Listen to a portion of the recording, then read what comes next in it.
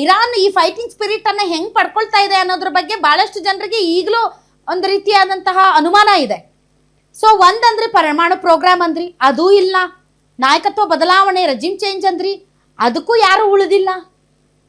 ಏನ್ ಬೇಕು? Hormuz ಜಲಸಂಧಿ open ಆಗ್ಬೇಕಂದ್ರಿ, ಈಗ ಹರ್ಮುಜು ನಮ್ಗೆ ಬೇಕಾಗಿಲ್ಲ ಅಂತೀರಿ. ಏನು ಬೇಕು ನಿಮಗೆ? ಕ್ಲಾರಿಟಿ ಇಲ್ಲ ಇವರಿಗೆ. ಅಟ್ಯಾಕ್ ಮಾಡೋಕ್ ಅಮೆರಿಕಾಗೆ ಮರ್ಯಾದೆಯಿಂದ ನಾವ್ ಏನೋ ಸಾಧಿಸಿದ್ದೀವಿ ಅಂತ ಜನರಿಗೆ ತೋರಿಸಿ ವಾಪಸ್ ಬರೋದು ಬೇಕಾಗಿದೆ. ಮುಖ ಮುಚ್ಕೊಳ್ಳೋದು ಬೇಕಾಗಿತ್ತು, ಆದ್ರೆ ಮುಖ ಮುಚ್ಕೊಳ್ಳೋದು ಹೆಂಗಂತ ಅವ್ರಿಗೆ ಗೊತ್ತಾಗ್ತಾ ಇಲ್ಲ. ಇರಾನ್ ಭಿಕ್ಷೆ ಬೇಡ್ತಾ ಇದೆ, ಮಾತುಕತೆಗೋಸ್ಕರ ವಿಲ್ವಿಲ್ಲ ಅಂತ ಒದ್ದಾಡ್ತಾ ಇದೆ. ಎಲ್ಲ ಉಡಿಸ್ ಮಾಡ್ಬಿಟ್ಟಿದೀವಿ, ಏನು ಇಲ್ಲ, ಯಾರು ಇಲ್ಲ ಅಲ್ಲಿ, ನಾನೇ ಸರ್ವೋಚ್ಚ ನಾಯಕ ಆಗ್ತೀನಿ. ಒಂದೊಂದು ಸ್ಟೇಟ್ಮೆಂಟ್ ಇವ್ರದ್ದು. ಇಡೀ ಪ್ರಪಂಚದ ಎಕಾನಮಿ ತಲೆ ಕೆಳಗಾಗೋಗ್ತಾ ಇದೆ. ಹರ್ಮುಜ್ ಜಲಸಂಧಿ ಅಲ್ಲ, ನಾವು ಅವ್ರನ್ನ ಸ್ಟೋನೇಜ್ ತಗೊಂಡು ಹೋಗ್ತೀವಿ ಅಂತ, ಅಂದ್ರೆ ಶಿಲಾಯುಗಕ್ಕೆ ಕರ್ಕೊಂಡು ಹೋಗ್ತಾರಂತೆ. ಅಲ್ಲ, ಇದು ವಾರ್ ಕ್ರೈಮ್ ಅನ್ನು ಶಿಲಾಯುಗ ಅಂದ್ರೆ ಏನ್ ಗೊತ್ತಾ?